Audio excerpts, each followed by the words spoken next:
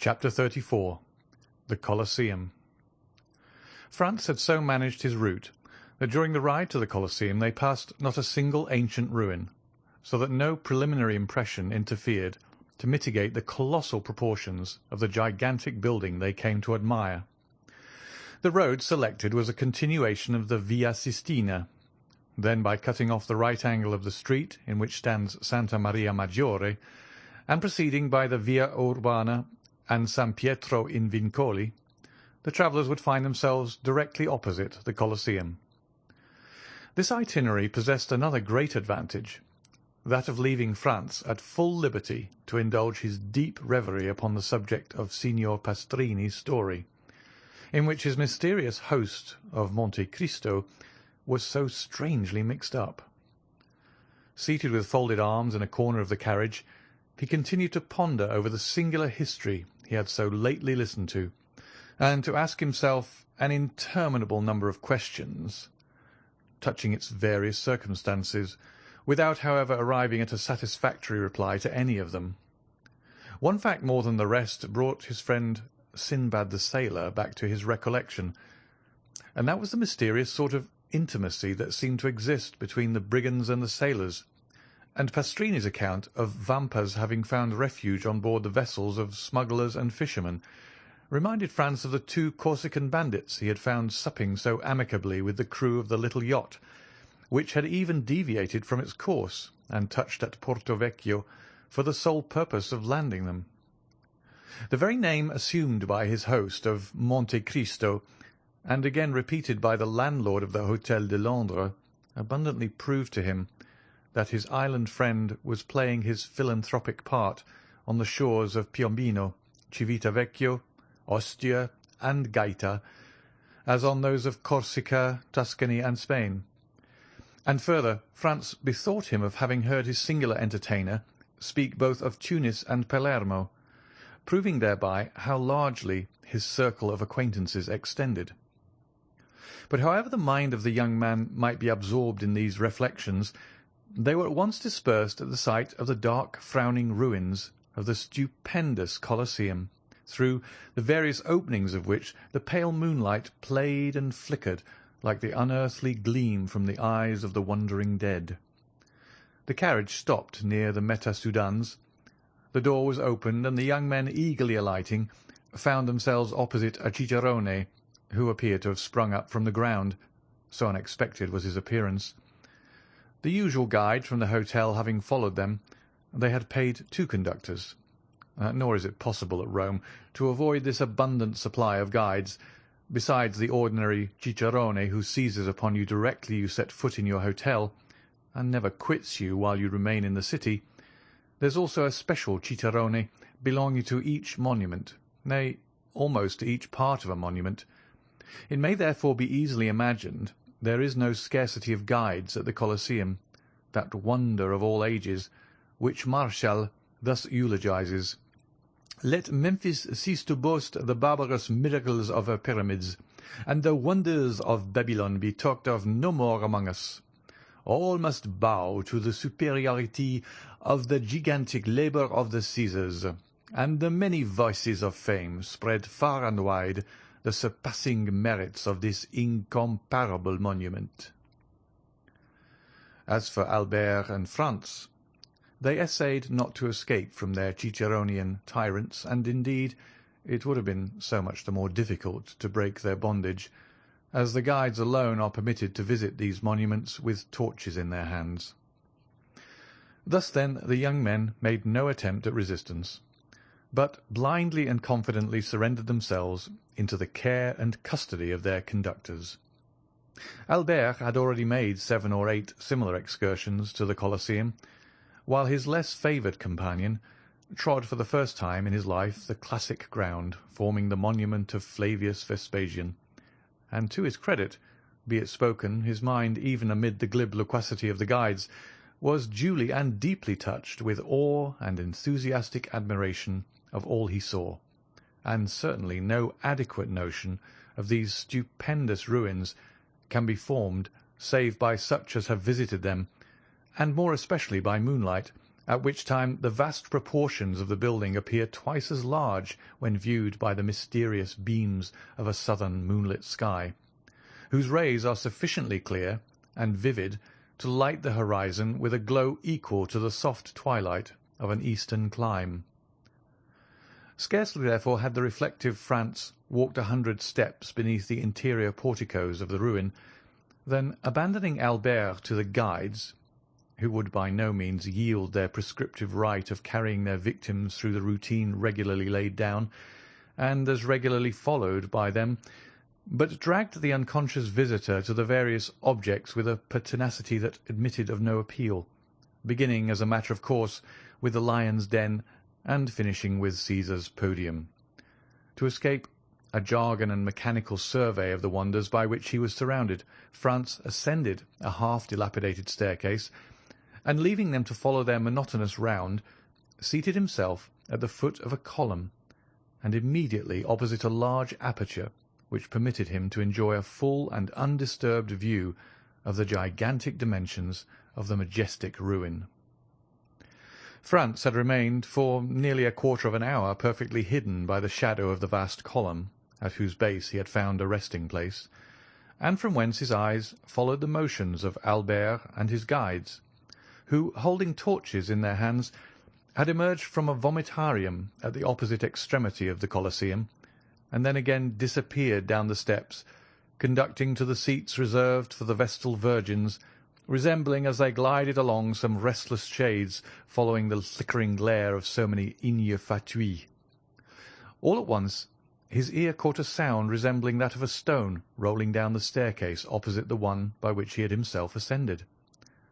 There was nothing remarkable in the circumstance of a fragment of granite giving way and falling heavily below, but it seemed to him that the substance that fell gave way beneath the pressure of a foot, and also that someone who endeavoured as much as possible to prevent his footsteps from being heard was approaching the spot where he sat. Conjecture soon became certainty, for the figure of a man was distinctly visible to Franz, gradually emerging from the staircase opposite, upon which the moon was at that moment pouring a full tide of silvery brightness. The stranger, thus presenting himself, was probably a person who, like Franz, preferred the enjoyment of solitude and his own thoughts to the frivolous gabble of the guides, and his appearance had nothing extraordinary in it, but the hesitation with which he proceeded, stopping and listening with anxious attention at every step he took, convinced Franz that he expected the arrival of some person. By a sort of instinctive impulse, Franz withdrew as much as possible behind his pillar. About 10 feet from the spot where he and the stranger were, the roof had given way, leaving a large round opening, through which might be seen the blue vault of heaven, thickly studded with stars. Around this opening, which had possibly for ages permitted a free entrance to the brilliant moonbeams that now illumined the vast pile, grew a quantity of creeping plants, whose delicate green branches stood out in bold relief against the clear azure of the firmament, while large masses of thick, strong, fibrous shoots forced their way through the chasm and hung floating to and fro like so many waving strings. The person whose mysterious arrival had attracted the attention of Franz stood in a kind of half-light that rendered it impossible to distinguish his features, although his dress was easily made out. He wore a large brown mantle, one fold of which, thrown over his left shoulder, served likewise to mask the lower part of his countenance, while the upper part was completely hidden by his broad-brimmed hat. The lower part of his dress was more distinctly visible by the bright rays of the moon, which, entering through the broken ceiling, shed their refulgent beams on feet cased in elegantly made boots of polished leather, over which descended fashionably cut trousers of black cloth.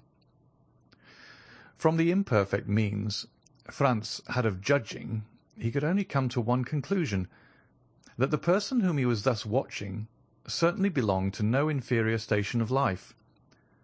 Some few minutes had elapsed, and the stranger began to show manifest signs of impatience, when a slight noise was heard outside the aperture in the roof, and almost immediately A dark shadow seemed to obstruct the flood of light that had entered it, and the figure of a man was clearly seen gazing with eager scrutiny on the immense space beneath him.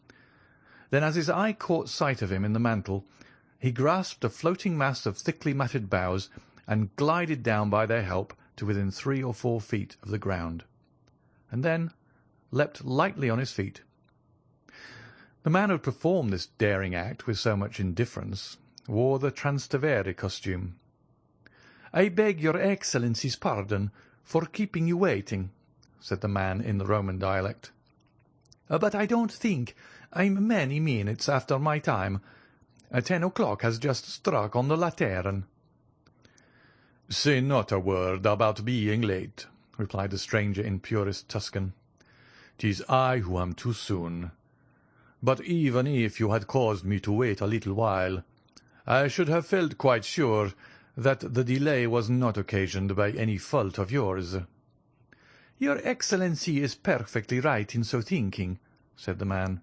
"I came here direct from the castle of Sant'Angelo, and I had an immense deal of trouble before I could get a chance to speak to Beppo." "And who is Beppo?" "Oh, Beppo is employed in the prison, and I give him so much a year to let me know what is going on with His Holiness's castle." "Indeed. You are a provident person, I see." "Why, you see, no one knows what may happen. Perhaps some of these days I may be entrapped like poor Peppino, and may be very glad to have some little nibbling mouse to gnaw the meshes of my net, and so help me out of prison." "Briefly, what did you glean?" "That 2 executions of considerable interest will take place the day after tomorrow, at 2 o'clock, as is customary at Rome at the commencement of all great festivals. One of the culprits will be Mazzolato. He is an atrocious villain, who murdered the priest who brought him up, and deserves not the smallest pity. The other sufferer is sentenced to be decapitato, and he, your Excellency, is poor Peppino. The fact is that you have inspired not only the pontifical government, but also the neighbouring states with such extreme fear that they are glad of all opportunity of making an example." "But Peppino did not even belong to my band. He was merely a poor shepherd whose only crime consisted in furnishing us with provisions." "Which makes him your accomplice to all intents and purposes. But mark the distinction with which he is treated. Instead of being knocked on the head as you would be if once they caught hold of you, he is simply sentenced to be guillotined, by which means, too, the amusements of the day are diversified, and there is a spectacle to please every spectator. Without reckoning the wholly unexpected one I am preparing to surprise them with." "My good friend," said the man in the cloak, "excuse me for saying that you seem to me precisely in the mood to commit some wild or extravagant act." "Perhaps I am, but one thing I have resolved on, and that is, to stop at nothing to restore a poor devil to liberty, who has got into this scrape solely from having saved me. I should hate and despise myself as a coward did I desert the brave fellow in his present extremity." "And what do you mean to do?" "To surround the scaffold with 20 of my best men, who, at a signal from me, will rush forward directly Peppino is brought for execution, and by the assistance of their stilettos drive back the guard and carry off the prisoner." "That seems to me as hazardous as uncertain, and convinces me that my scheme is far better than yours." "And what is your Excellency's project?" "Just this. I will so advantageously bestow 2,000 piastres that the person receiving them shall obtain a respite till next year for Peppino, and during that year another skilfully placed 1,000 piastres will afford him the means of escaping from his prison." "And do you feel sure of succeeding?" "Pardieu, exclaimed the man in the cloak, suddenly expressing himself in French. "What did your Excellency say?" inquired the other. "I said, my good fellow, that I would do more single-handedly by the means of gold than you and all your troop could effect with stilettos, pistols, carbines, and blunderbusses included. Leave me, then, to act, and have no fears for the result. At least there can be no harm in myself and party being in readiness in case your Excellency should fail." "None whatever. Take what precautions you please, if it is any satisfaction to you to do so. But rely upon my obtaining the reprieve I seek."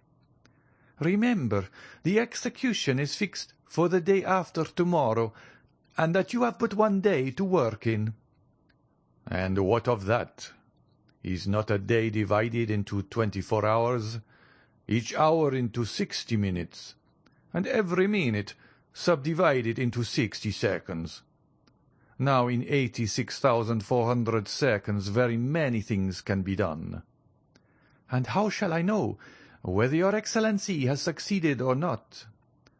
"Oh, that is very easily arranged. I have engaged the 3 lower windows at the Café Rospoli. Should I have obtained the requisite pardon for Peppino, the 2 outside windows will be hung with yellow damasks, and the centre with white, having a large cross in red marked on it." "And whom will you employ to carry the reprieve to the officer directing the execution?" "Send one of your men, disguised as a penitent friar, and I will give it to him. His dress will procure him the means of approaching the scaffold itself, and he will deliver the official order to the officer, who in his turn will hand it to the executioner. In the meantime, it will be as well to acquaint Peppino with what we have determined on, if it be only to prevent his dying of fear, or losing his senses, because in either case a very useless expense will have been incurred." "Your Excellency," said the man, "you are fully persuaded of my entire devotion to you, are you not?" "Nay, I flatter myself that there can be no doubt of it," replied the cavalier in the cloak. "Well, then, only fulfil your promise of rescuing Peppino, and henceforward you shall receive not only devotion, but the most absolute obedience from myself and those under me that one human being can render to another." "Have a care how far you pledge yourself, my good friend, for I may remind you of your promise at some perhaps not very distant period, when I in my turn may require your aid and influence." "Let that day come sooner or later, your Excellency will find me what I have found you in this my heavy trouble, and if from the other end of the world you but write me word to do such or such a thing, you may regard it as done, for done it shall be, on the word and faith of—" "Sh!" interrupted the stranger. "I hear a noise." "'Tis some travellers who are visiting the Colosseum by torchlight." "'Twere better we should not be seen together. Those guides are nothing but spies, and might possibly recognize you. And however I may be honoured by your friendship, my worthy friend, if once the extent of our intimacy were known, I am sadly afraid both my reputation and credit would suffer thereby." "Well, then, if you obtain the reprieve?" "The middle window at the Café Rospoli will be hung with white damask, bearing a red cross." "And if you fail?" "Then all 3 windows will have yellow draperies." "And then?"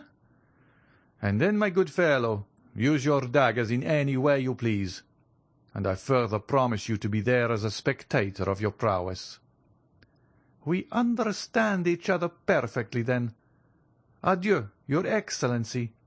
Depend upon me, as firmly as I do upon you." Saying these words, the Transteverin disappeared down the staircase, while his companion, muffling his features more closely than before in the folds of his mantle, passed almost close to Franz. and descended to the arena by an outward flight of steps. The next minute Franz heard himself called by Albert, who made the lofty building re-echo with the sound of his friend's name. Franz, however, did not obey the summons till he had satisfied himself that the two men, whose conversation he had overheard, were at a sufficient distance to prevent his encountering them in his descent.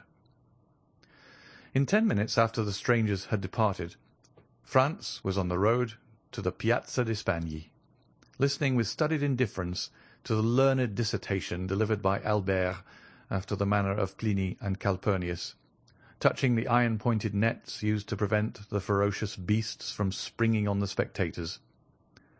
Franz let him proceed without interruption, and, in fact, did not hear what was said. He longed to be alone and free to ponder over all that had occurred.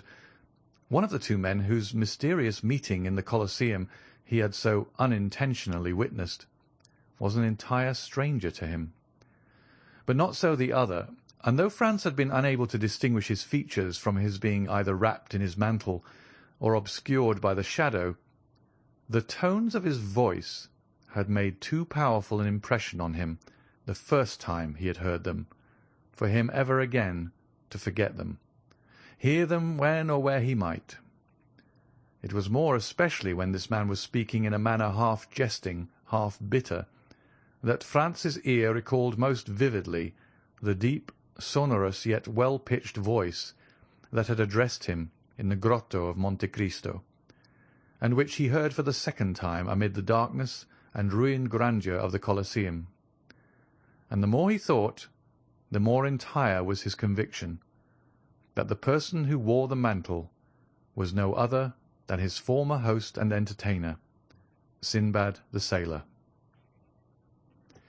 Under any other circumstances, Franz would have found it impossible to resist his extreme curiosity to know more of so singular a personage, and with that intent have sought to renew their short acquaintance.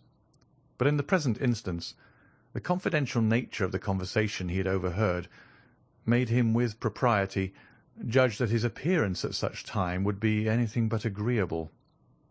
As we have seen, therefore, he permitted his former host to retire without attempting a recognition, but fully promising himself a rich indemnity for his present forbearance, should chance afford him another opportunity. In vain did Franz endeavour to forget the many perplexing thoughts which assailed him. In vain did he court the refreshment of sleep. Slumber refused to visit his eyelids, and the night was passed in feverish contemplation of the chain of circumstances tending to prove the identity of the mysterious visitant to the Colosseum with the inhabitant of the grotto of Monte Cristo, and the more he thought, the firmer grew his opinion on the subject. Worn out at length, he fell asleep at daybreak and did not awake till late. Like a genuine Frenchman, Albert had employed his time in arranging for the evening's diversion. He had sent to engage a box at the Teatro Argentino, and Franz, having a number of letters to write, relinquished the carriage to Albert for the whole of the day. At 5 o'clock Albert returned, delighted with his day's work. He had been occupied in leaving his letters of introduction, and had received in return more invitations to balls and routs than it would be possible for him to accept. Besides this, he had seen, as he called it, all the remarkable sights at Rome. Yes, in a single day he had accomplished what his more serious-minded companion would have taken weeks to effect. Neither had he neglected to ascertain the name of the piece to be played that night at the Teatro Argentino, and also what performers appeared in it. The opera of Parisina was announced for representation, and the principal actors were Coselli, Moriani, and La Spezia. The young man, therefore, had reason to consider themselves fortunate in having the opportunity of hearing one of the best works by the composer of Lucia di Lammermoor, supported by 3 of the most renowned vocalists of Italy. Albert had never been able to endure the Italian theatres, with their orchestras from which it is impossible to see, and the absence of balconies or open boxes. All these defects pressed hard on a man who had had his stall at the Bouffe, and had shared a lower box at the Opera. Still, in spite of this, Albert displayed his most dazzling and effective costumes each time he visited the theatres. But alas, his elegant toilet was wholly thrown away, and one of the most worthy representatives of Parisian fashion had to carry with him the mortifying reflection that he had nearly overrun Italy without meeting with a single adventure. Sometimes Albert would affect to make a joke of his want of success, but internally he was deeply wounded, and his self-love immensely piqued to think that Albert de Morcerf, the most admired and most sought after of any young person of his day, should thus be passed over, and merely have his labour for his pains. And the thing was so much the more annoying, as according to the characteristic modesty of a Frenchman, Albert had quitted Paris with the full conviction that he had only to show himself in Italy to carry all before him, and that upon his return he should astonish the Parisian world with the recital of his numerous love affairs. Alas, poor Albert! None of these interesting adventures fell in his way. The lovely Genoese, Florentine, and Neapolitans were all faithful, if not to their husbands, at least to their lovers, and thought not of changing even for the splendid appearance of Albert de Morcerf, and all he gained was the painful conviction that the ladies of Italy have this advantage over those of France, that they are faithful even in their infidelity. Yet he could not restrain a hope that in Italy, as elsewhere, there might be an exception to the general rule. Albert, besides being an elegant, well-looking young man, was also possessed of considerable talent and ability. Moreover, he was a viscount, a recently created one, certainly, but in the present day it is not necessary to go as far back as Noah in tracing a descent, and a genealogical tree is equally estimated, whether dated from 1399 or merely 1815. But to crown all these advantages, Albert de Morcerf commanded an income of 50,000 livres, a more than sufficient sum to render him a personage of considerable importance in Paris. It was therefore no small mortification to him to have visited most of the principal cities in Italy without having excited the most trifling observation. Albert, however, hoped to indemnify himself for all these slights and indifferences during the Carnival, knowing full well that among the different states and kingdoms in which this festivity is celebrated, Rome is the spot where even the wisest and gravest throw off the usual rigidity of their lives and deign to mingle in the follies of this time of liberty and relaxation. The Carnival was to commence on the morrow. Therefore Albert had not an instant to lose in setting forth the programme of his hopes, expectations, and claims to notice. With this design he had engaged a box in the most conspicuous part of the theatre, and exerted himself to set off his personal attractions by the aid of the most rich and elaborate toilet. The box taken by Albert was in the first circle, although each of the 3 tiers of boxes is deemed equally aristocratic, and is for this reason generally styled the nobility's boxes. And although the box engaged for the 2 friends was sufficiently capacious to contain at least a dozen persons, it had cost less than would be paid at some of the French theatres for one admitting merely 4 occupants. Another motive had influenced Albert's selection of his seat. Who knew but that, thus advantageously placed, he might not in truth attract the notice of some fair Roman, and an introduction might ensue that would procure him the offer of a seat in a carriage, or a place in a princely balcony from which he might behold the gaieties of the Carnival. These united considerations made Albert more lively and anxious to please than he had hitherto been. Totally disregarding the business of the stage, he leaned from his box and began attentively scrutinizing the beauty of each pretty woman, aided by a powerful opera-glass. But alas, this attempt to attract notice wholly failed. Not even curiosity had been excited, and it was but too apparent that the lovely creatures into whose good graces he was desirous of stealing were all so much engrossed with themselves, their lovers, or their own thoughts, that they had not so much as noticed him, or the manipulation of his glass. The truth was that the anticipated pleasures of the Carnival with the Holy Week that was to succeed it so filled every fair breast as to prevent the least attention being bestowed even on the business of the stage. The actors made their entries and exits unobserved or unthought of.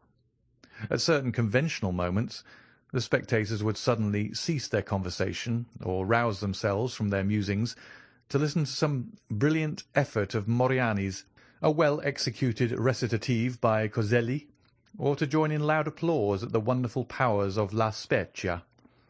But that momentary excitement over, they quickly relapsed into their former state of preoccupation or interesting conversation. Towards the close of the first act, the door of a box which had been hitherto vacant was opened. A lady entered to whom Franz had been introduced in Paris, where indeed he had imagined she still was. The quick eye of Albert caught the involuntary start with which his friend beheld the new arrival, and turning to him he said hastily, "Do you know the woman who has just entered that box?" "Yes. What did you think of her?" "Oh, she is perfectly lovely. What a complexion! And such magnificent hair. Is she French?" "No, a Venetian." "And her name is—" "Countess—" "I know her by name," exclaimed Albert. "She is said to possess as much wit and cleverness as beauty. I was to have been presented to her when I met her at Madame Villefort's ball." "Shall I assist you in repairing your negligence?" asked Franz. "My dear fellow, are you really on such good terms with her as to venture to take me to her box?" "Why, I have only had the honour of being in her society, and conversing with her 3 or 4 times in my life. But you know that even such an acquaintance as that might warrant my doing what you ask." At that instant the Countess perceived Franz and graciously waved her hand to him, to which he replied by a respectful inclination of the head. "Upon my word," said Albert, "you seem to be on excellent terms with the beautiful Countess." "You are mistaken in thinking so," returned Franz calmly. "But you merely fall into the same error which leads so many of our countrymen to commit the most egregious blunders. I mean that of judging the habits and customs of Italy and Spain by our Parisian notions. Believe me, nothing is more fallacious than to form any estimate of the degree of intimacy you may suppose existing among persons by the familiar terms they seem upon. There is a similarity of feeling at this instant between ourselves and the Countess. Nothing more." "Is there, indeed, my good fellow? Pray tell me, is it sympathy of heart?" "No, of taste," continued Franz gravely. "And in what manner has this congeniality of mind been evinced?" "By the Countess's visiting the Colosseum, as we did last night, by moonlight and nearly alone." "You were with her, then?" "I was." "And what did you say to her?" We talked of the illustrious dead of whom that magnificent ruin is a glorious monument." "Upon my word," cried Albert, "you must have been a very entertaining companion alone, or all but alone with a beautiful woman in such a place of sentiment as the Colosseum, and yet to find nothing better to talk about than the dead. All I can say is, if ever I should get such a chance, the living should be my theme." "And you will probably find your theme ill-chosen." "But," said Albert, breaking in upon his discourse, "never mind the past. Let us only remember the present. Are you not going to keep your promise of introducing me to the fair subject of our remarks?" "Certainly, directly the curtain falls on the stage." "What a confounded time this first act takes! I believe on my soul that they never mean to finish it." "Oh, yes, they will. Only listen to that charming finale. How exquisitely Coselli sings his part." "But what an awkward, inelegant fellow he is!" "Well, then, what do you say to La Spezia? Did you ever see anything more perfect than her acting? Why, you know, my dear fellow, when one has been accustomed to Malibran and Sontag, such singers as these don't make the same impression on you they perhaps do on others. At least you must admire Mariani's style and execution. I never fancied men of his dark, ponderous appearance singing with a voice like a woman's. My good friend, said Franz, turning to him, while Albert continued to point his glass at every box in the theatre, you seem determined not to approve. You are really too difficult to please. The curtain at length fell on the performances, to the infinite satisfaction of the Viscount of Morcerf, who seized his hat, rapidly passed his fingers through his hair, arranged his cravat and wristbands, and signified to Franz that he was waiting for him to lead the way. Franz, who had mutely interrogated the Countess, and received from her a gracious smile in token that he would be welcome, sought not to retard the gratification of Albert's eager impatience, but began at once the tour of the house, closely followed by Albert, who availed himself of the few minutes required to reach the opposite side of the theatre, to settle the height and smoothness of his collar, and to arrange the lapels of his coat. This important task was just completed as they arrived at the Countess's box. At the knock, the door was immediately opened, and the young man, who was seated beside the Countess, in obedience to the Italian custom, instantly rose and surrendered his place to the strangers, who in turn would be expected to retire upon the arrival of other visitors. Franz presented Albert as one of the most distinguished young men of the day, both as regarded his position in society and extraordinary talents. Nor did he say more than the truth, for in Paris and the circle in which the Viscount moved, he was looked upon and cited as a model of perfection.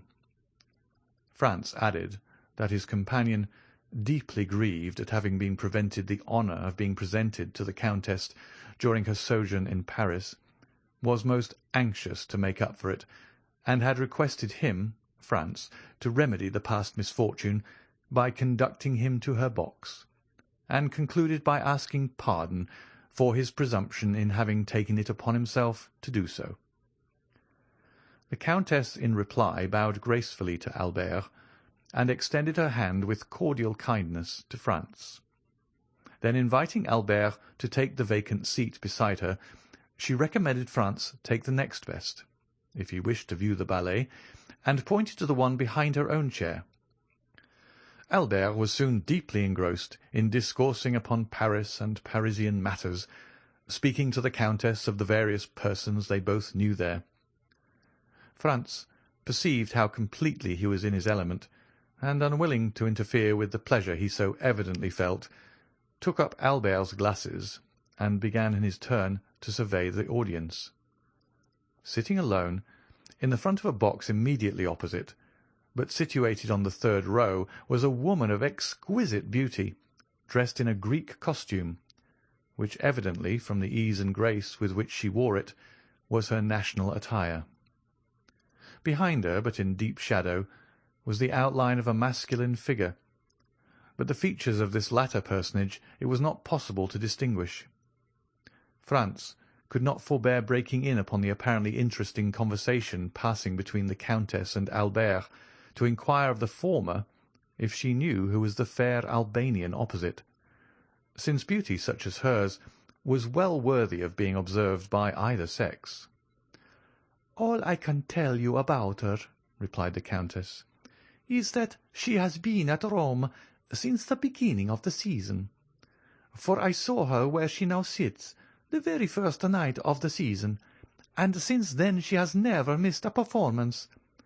Sometimes she is accompanied by the person who is now with her, and at others she is merely attended by a black servant." "And what do you think of her personal appearance?" "Oh, I consider her perfectly lovely.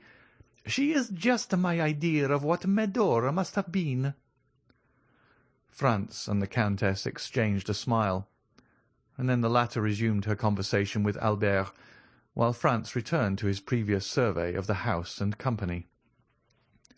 The curtain rose on the ballet, which was one of those excellent specimens of the Italian school, admirably arranged and put on the stage by Henri, who has established for himself a great reputation throughout Italy for his taste and skill in the choreographic art, one of those masterly productions of grace, method, and elegance, in which the whole corps de ballet, from the principal dancers to the humblest supernumerary, are all engaged on the stage at the same time, and 150 persons may be seen exhibiting the same attitude or elevating the same arm or leg with a simultaneous movement that would lead you to suppose that but one mind, one act of volition, influenced the moving mass. The ballet was called Poliska. However much the ballet might have claimed his attention, Franz was too deeply occupied with the beautiful Greek to take any note of it, while she seemed to experience an almost childlike delight in watching it, her eager animated looks contrasting strongly with the utter indifference of her companion, who during the whole time the piece lasted never even moved, not even when the furious crashing din produced by the trumpets, cymbals, and Chinese bells sounded their loudest from the orchestra. Of this he took no heed, but was, as far as appearances might be trusted, enjoying soft repose and bright celestial dreams. The ballet at length came to a close, and the curtain fell amid the loud, unanimous plaudits of an enthusiastic and delighted audience. Owing to the very judicious plan of dividing the two acts of the opera with a ballet, the pauses between the performances are very short.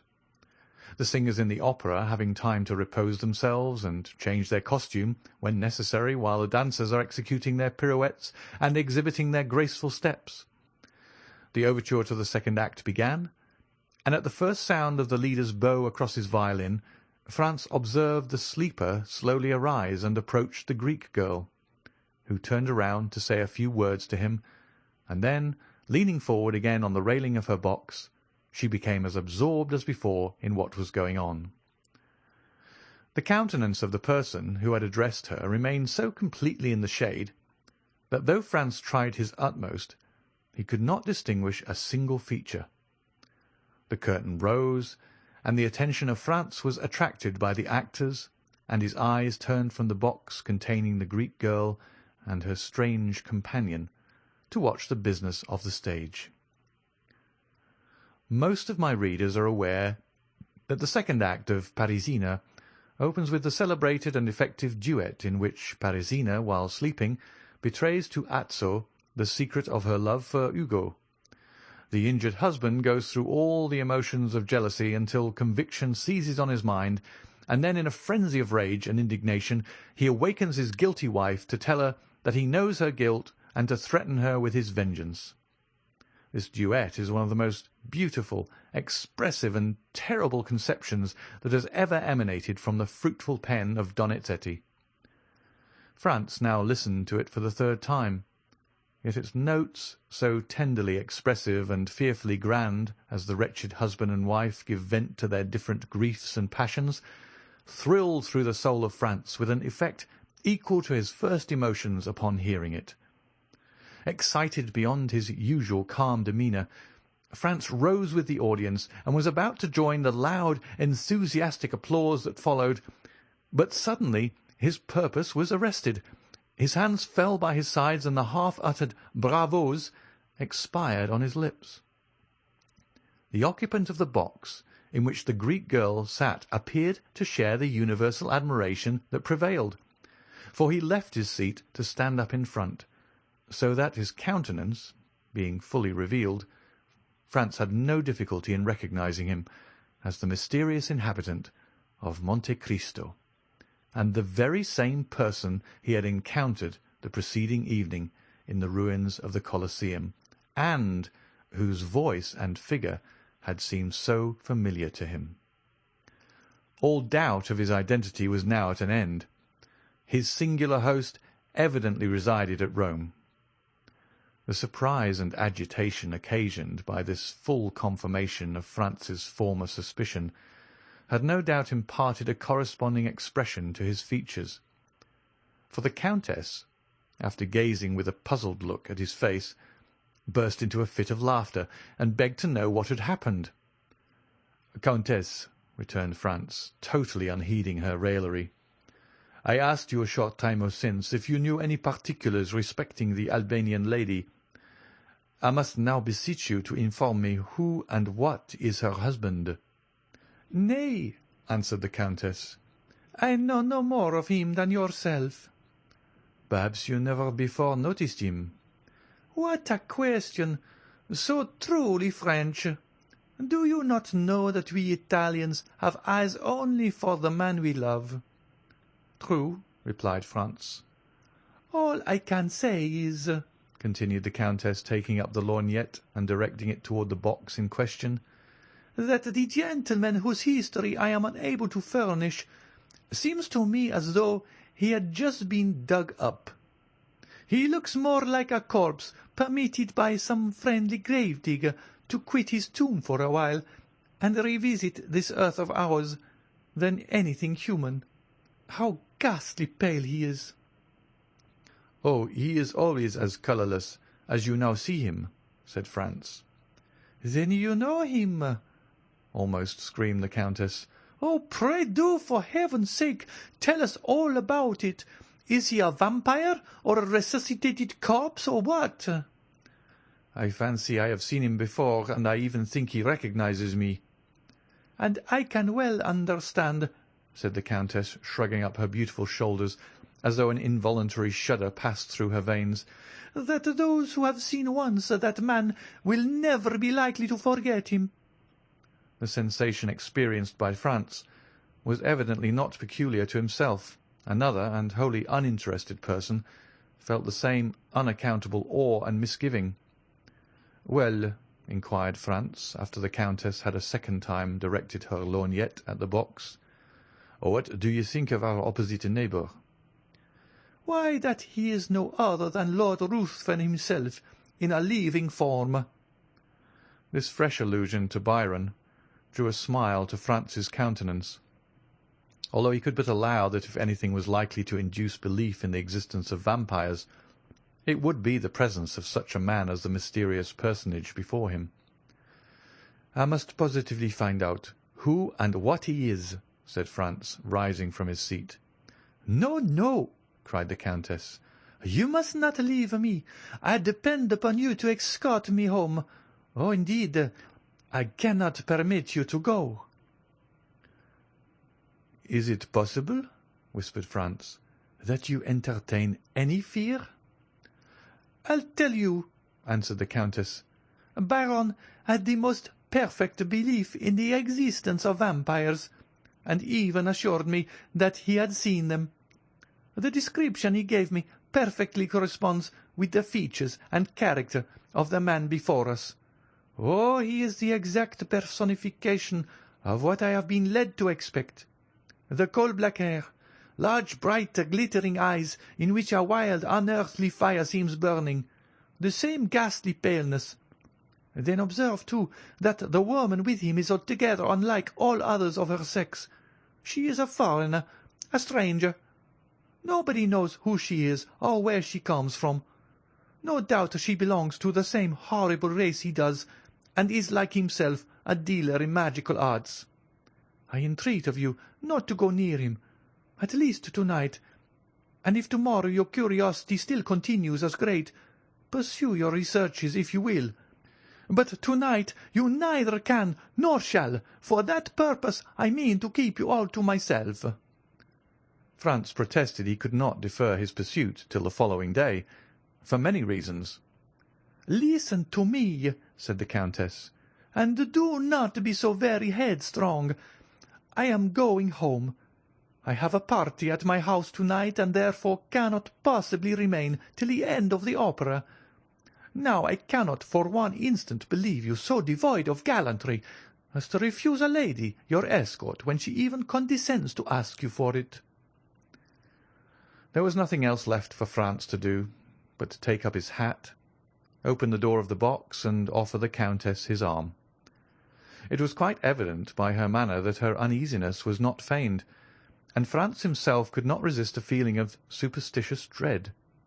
So much the stronger in him, as it arose from a variety of corroborative recollections, while the terror of the Countess sprang from an instinctive belief, originally created in her mind by the wild tales she had listened to till she believed them truths. Franz could even feel her arm tremble as he assisted her into the carriage. Upon arriving at her hotel, Franz perceived that she had deceived him when she spoke of expecting company. On the contrary, her own return before the appointed hour seemed greatly to astonish the servants. "Excuse my little subterfuge," said the Countess in reply to her companion's half-reproachful observation on the subject, "but that horrid man had made me feel quite uncomfortable, and I long to be alone, that I might compose my startled mind." Franz essayed to smile. "Nay," said she, "do not smile. It ill accords with the expression of your countenance, and I am sure it does not spring from your heart. However, promise me one thing." "What is it?" "Promise me, I say." "I will do anything you desire, except relinquish my determination of finding out who this man is. I have more reasons than you can imagine for desiring to know who he is, from whence he came, and whither he is going." "Where he comes from I am ignorant, but I can readily tell you where he is going to, and that is down below, without the least doubt." "Let us only speak of the promise you wish me to make," said Franz. "Well, then, you must give me your word to return immediately to your hotel, and make no attempt to follow this man tonight. There are certain affinities between the persons we quit and those we meet afterwards. For heaven's sake, do not serve as a conductor between that man and me. Pursue your chase after him tomorrow, as eagerly as you please, but never bring him near me, if you would not see me die of terror. And now, good night. Go to your rooms and try to sleep away all the recollections of this evening.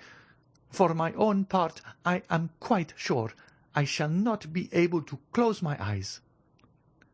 So saying, the Countess quitted Franz, leaving him unable to decide whether she were merely amusing herself at his expense, or whether her fears and agitations were genuine.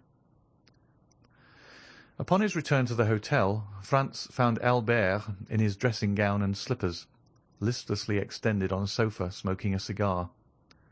"My dear fellow," cried he, springing up, "is it really you?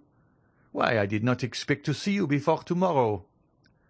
"My dear Albert," replied Franz, "I am glad of this opportunity to tell you once and for ever that you entertain a most erroneous notion concerning Italian women.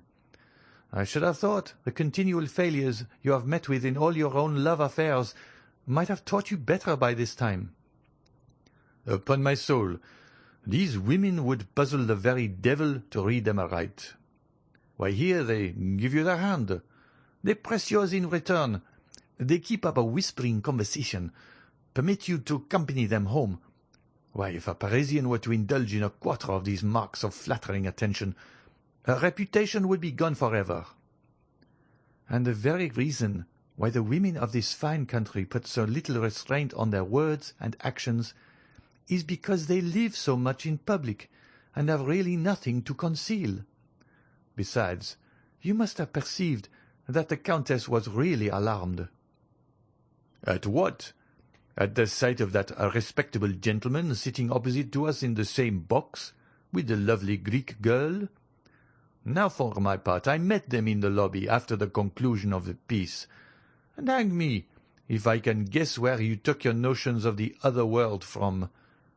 I can assure you that this hobgoblin of yours is a deuced fine-looking fellow, admirably dressed.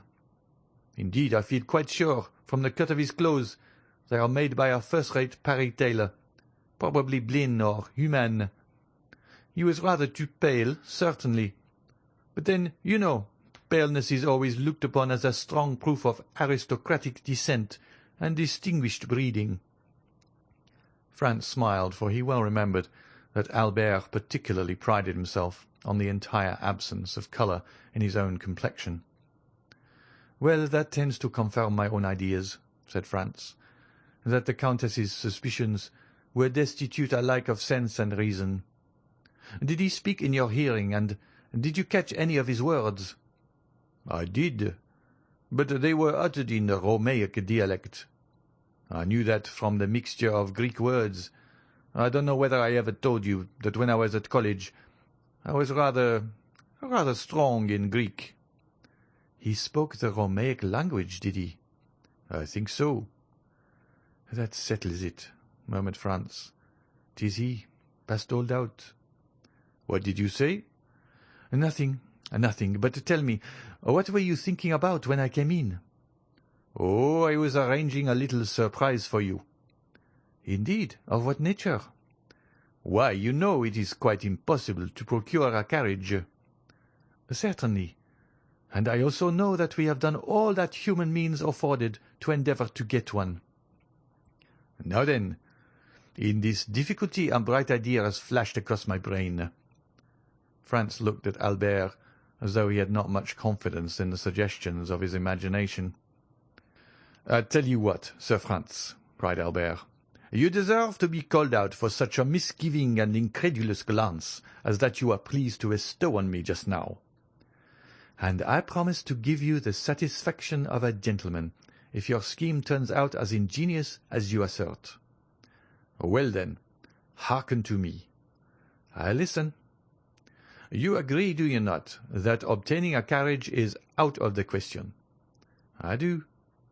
"Neither can we procure horses." "True. We have offered any sum, but have failed."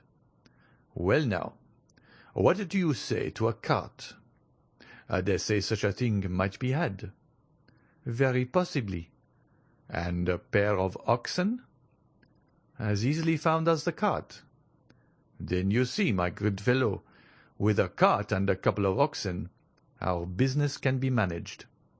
The cart must be tastefully ornamented, and if you and I dress ourselves as Neapolitan reapers, we might get up a striking tableau, after the manner of that splendid picture by Leopold Robert. It would add greatly to the effect if the Countess would join us in the costume of a peasant from Puzzoli or Sorrento. Our group would then be quite complete, more especially as the Countess is quite beautiful enough to represent a Madonna." "Well," said Franz, "this time, Albert, I am bound to give you credit for having hit upon a most capital idea." "And quite a national one, too," replied Albert with a gratified pride. "A mere mask borrowed from our own festivities. Ha, ha! Ye Romans, ye thought to make us unhappy strangers, trot at the heels of your processions like so many lazzaroni, because no carriages or horses are to be had in your beggarly city. But you don't know us. When we can't have one thing, we invent another." "And have you communicated your triumphant idea to anybody?" "Only to our host. Upon my return home I sent for him, and I then explained to him what I wished to procure. He assured me that nothing would be easier than to furnish all I desired. One thing I was sorry for, when I bade him have the horns of the oxen gilded. He told me there would not be time, as it would require 3 days to do that. So you see we must do without this little superfluity." "And where is he now?" "Who?" "Our host." "Gone out in search of our equipage. By tomorrow it might be too late." "Then you will be able to give us an answer tonight." "Oh, I expect him every minute." At this instant the door opened, and the head of Signor Pastrini appeared. "Permesso?" inquired he. "Certainly, certainly," cried Franz. "Come in, mine host." "Now then," asked Albert eagerly, "have you found the desired cart and oxen?" "Better than that," replied Signor Pastrini with the air of a man perfectly well satisfied with himself. "Take care, my worthy host," said Albert. "Better is a sure enemy to well." "Let your Excellencies only leave the matter to me," returned Signor Pastrini in a tone indicative of unbounded self-confidence. "But what have you done?" asked Franz. "Speak out, there's a worthy fellow." "Your Excellencies are aware," responded the landlord, swelling with importance, "that the Count of Monte Cristo is living on the same floor with yourselves." "I should think we did know it," exclaimed Albert, "since it is owing to that circumstance that we are packed into these small rooms like two poor students in the back streets of Paris." "When, then, the Count of Monte Cristo, hearing of the dilemma in which you are placed, has sent to offer you seats in his carriage, and 2 places at his window in the Palazzo Rospoli." The friends looked at each other with unutterable surprise. "But do you think," asked Albert, "that we ought to accept such offers from a perfect stranger?" "What sort of person is this Count of Monte Cristo?" asked Franz of his host. "A very great nobleman, but whether Maltese or Sicilian, I cannot exactly say. But this I know, that he is a noble as a Borghese, and rich as a gold mine." "It seems to me," said Franz, speaking in an undertone to Albert, "that if this person merited the high panegyrics of our landlord, he would have conveyed his invitation through another channel, and not permitted it to be brought to us in this unceremonious way.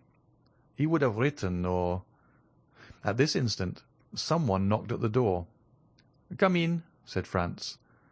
A servant wearing a livery of considerable style and richness appeared at the threshold, and placing 2 cards in the landlord's hands, who forthwith presented them to the 2 young men, he said, "Please to deliver these from the Count of Monte Cristo to Vicomte Albert de Morcerf and Monsieur Franz d'Épinay. The Count of Monte Cristo," continued the servant, "begs these gentlemen's permission to wait upon them as their neighbour, and he will be honoured by an intimation of what time they will please to receive him." "Faith, Franz," whispered Albert, "there is not much to find fault with here." "Tell the Count," replied Franz, "that we will do ourselves the pleasure of calling on him." The servant bowed and retired. "That is what I call an elegant mode of attack," said Albert. "You were quite correct in what you said, Signor Pastrini. The Count of Monte Cristo is unquestionably a man of first-rate breeding and knowledge of the world." "Then you accept his offer?" said the host. "Of course we do," replied Albert. "Still, I must own, I am sorry to be obliged to give up the cart and the group of reapers. It would have produced such an effect. And were it not for the windows at the Palazzo Rospoli by way of recompense for the loss of our beautiful scheme, I don't know but what I should have held on by my original plan. What say you, Franz?" "Oh, I agree with you. The windows in the Palazzo Rospoli alone decided me." The truth was that the mention of 2 places in the Palazzo Rospoli had recalled to Franz the conversation he had overheard the preceding evening in the ruins of the Colosseum between the mysterious unknown and the Trasteverin, in which the stranger in the cloak had undertaken to obtain the freedom of a condemned criminal, and if this muffled-up individual proved, as Franz felt sure he would, the same as the person he had just seen in the Teatro Argentino, then he should be able to establish his identity, and also to prosecute his researches respecting him with perfect facility and freedom.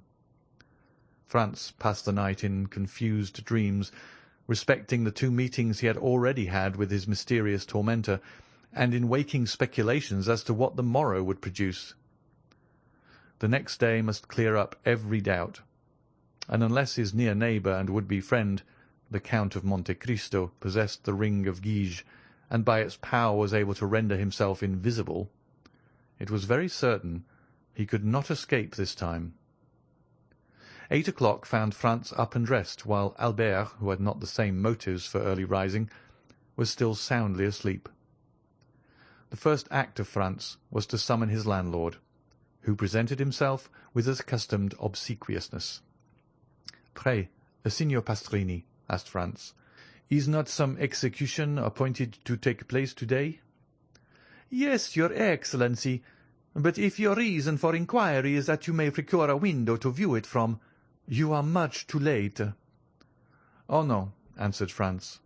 "I had no such intention, and even if I had felt a wish to witness the spectacle, I might have done so from Monte Pincio. Could I not?"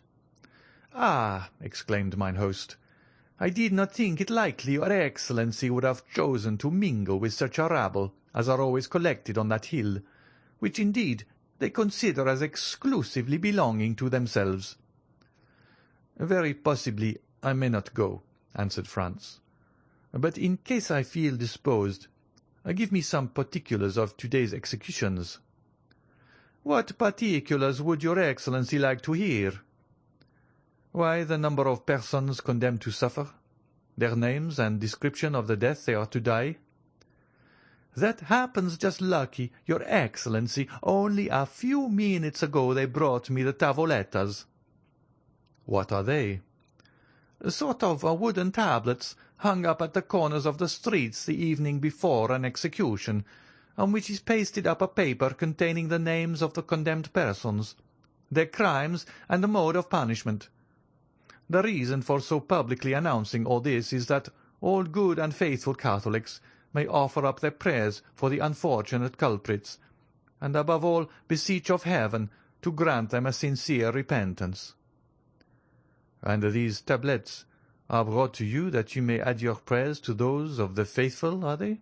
asked Franz, somewhat incredulously. "Oh dear no, your Excellency.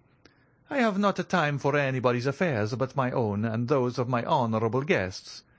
But I make an agreement with the man who pastes up the papers, and he brings them to me as he would the playbills, that in case any person staying at my hotel should like to witness an execution, he may obtain every requisite information concerning the time and place, etc." "Upon my word, that is a most delicate attention on your part, Signor Pastrini," cried Franz. "Why, your Excellency," returned the landlord, chuckling and rubbing his hands with infinite complacency, "I think I may take upon myself to say I neglect nothing to deserve the support and patronage of the noble visitors to this poor hotel." "I see that plainly enough, my most excellent host, and you may rely upon me to proclaim so striking a proof of your attention to your guests wherever I go. Meanwhile, oblige me by a sight of one of those tavolettas." "Nothing can be easier than to comply with your Excellency's wish," said the landlord, opening the door of the chamber.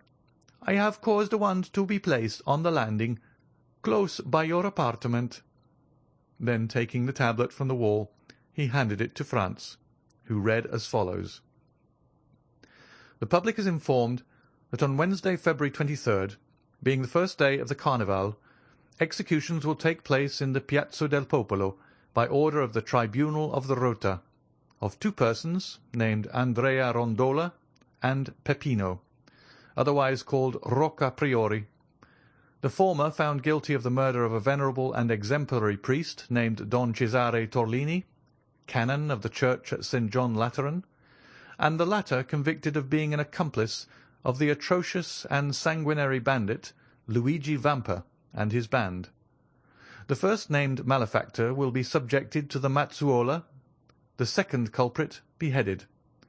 The prayers of all good Christians are entreated for these unfortunate men, that it may please God to awaken them to a sense of their guilt, and to grant them a hearty and sincere repentance for their crimes."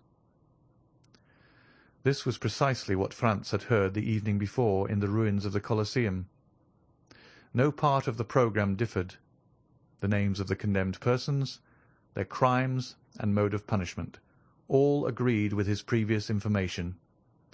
In all probability, therefore, the Transteverin was no other than the bandit Luigi Vampa himself, and the man shrouded in the mantle, the same he had known as Sinbad the Sailor, but who no doubt was still pursuing his philanthropic expedition in Rome, as he had already done at Porto Vecchio and Tunis.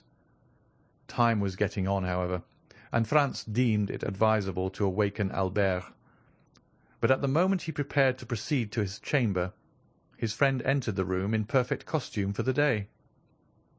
The anticipated delights of the Carnival had so run in his head as to make him leave his pillow long before his usual hour. "Now, my excellent Signor Pastrini," said Franz, addressing his landlord, "since we are both ready, do you think we may proceed at once to visit the Count of Monte Cristo?" "Most assuredly," replied he. "The Count of Monte Cristo is always an early riser, and I can answer for his having been up these 2 hours." "Then you really consider we shall not be intruding, if we pay our respects to him directly?" "Oh, I am quite sure. I will take all the blame on myself if you find I have led you into an error." "Well, then, if it be so, are you ready, Albert?" "Perfectly." "Let us go and return our best thanks for his courtesy." "Yes, let us do so." The landlord preceded the friends across the landing, which was all that separated them from the apartments of the Count, rang at the bell, and upon the door being opened by a servant, said, "Ai, Signori Francesi." The domestic bowed respectfully and invited them to enter. They passed through 2 rooms furnished in a luxurious manner they had not expected to see under the roof of Signor Pastrini, and were shown into an elegantly fitted-up drawing-room. The richest Turkey carpets covered the floor, and the softest and most inviting couches, easy-chairs, and sofas offered their high-piled and yielding cushions to such as desired repose or refreshment. Splendid paintings by the first masters were ranged against the walls, intermingled with magnificent trophies of war, while heavy curtains of costly tapestry were suspended before the different doors of the room. "If your Excellencies will please to be seated," said the man, "I will let the Count know that you are here." And with these words he disappeared behind one of the tapestried portières. As the door opened, the sound of a guzla reached the ears of the young men, but was mostly immediately lost, for the rapid closing of the door merely allowed one rich swell of harmony to enter. Franz and Albert looked inquiringly at each other, then at the gorgeous furnishings of the apartment. Everything seemed more magnificent at a second view than it had done at their first rapid survey. "Well," said Franz to his friend, "what think you of all this?" "Why, upon my soul, my dear fellow, it strikes me that our elegant and attentive neighbour must either be some successful stock-jobber who has speculated in the fall of the Spanish funds, or some prince travelling incog." "Hush, hush!" replied Franz. "We shall ascertain who and what he is. He comes." As Franz spoke, he heard the sound of a door turning on its hinges, and almost immediately afterwards the tapestry was drawn aside, and the owner of all these riches stood before the 2 young men. Albert instantly rose to meet him, but Franz remained, in a manner spellbound, on his chair. For in the person of him who had just entered, he recognized not only the mysterious visitant to the Colosseum, and the occupant of the box at the Teatro Argentino, but also his extraordinary host of Monte Cristo.